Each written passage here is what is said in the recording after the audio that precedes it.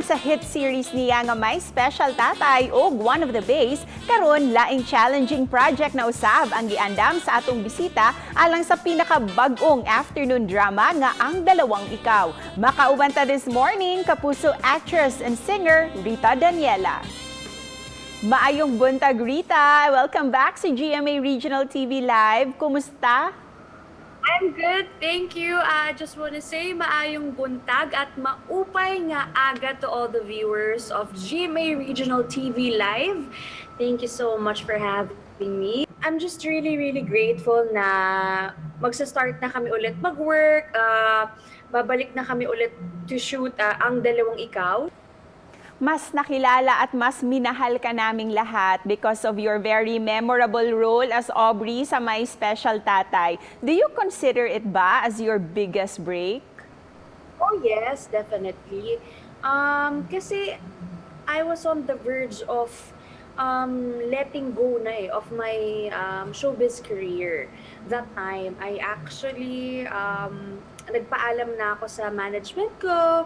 Kasi that time, matatapos na yung contract ko with GMA. So sabi ko, sige, habang for the last 6 months, sabi ko, sige, let's do this soap na lang, syempre, para din, I can also leave like parang a good memory din naman with the GMA, with my network for 14 years. Definitely, My Special Tatay was my big break because of that show.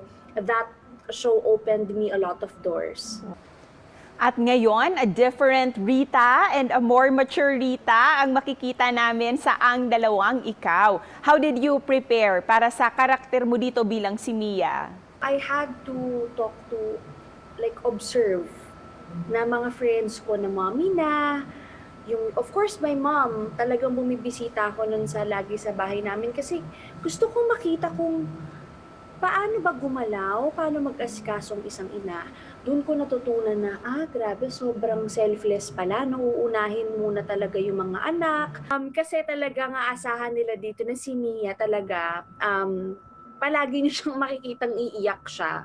Kasi doon niyo maintindihan na hindi talaga madali yung pinagdadaanan niya bilang asawa at bilang tao.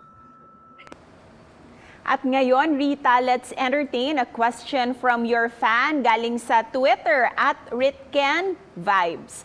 Ano ang natutunan mo sa iyong karakter ngayon bilang si Mia? Ang natutunan ko is, wag agad masyadong ma-stress. Parang instead of unahin yung emotion na parang, oh my gosh, ganyan, hindi. Parang, okay, tanggapin mo yung problem. Ito yung problem now. How can we solve it? Then, dun siya magsa-start. With this series talaga, sabi ko, alam mo, pag binabasa ko yung script namin, grabe yung character na binuo nila kay Mia. Grabe siya magmahal. Magmahal in a way na kahit yung pagmamahal niya sa sarili niya, kaya na niyang i-let go. Basta yung taong mahal niya, okay. So, yun yung dito talaga makaka-relate yung mga mag-aasawa kasi I'm very sure na marami sa atin na naka-experience na iba't ibang klaseng problema bilang mag-asawa. Rita, we can't wait na panoorin na Ang Dalawang Ikaw. So once again, bakit kaabang-abang ang bagong teleseryeng ito sa GMA? Kailangan yung abangan to dahil kakaibang Ritken po yung mapapanood ninyo. Natulungan din ako ni Ken how to be a more mature actress here.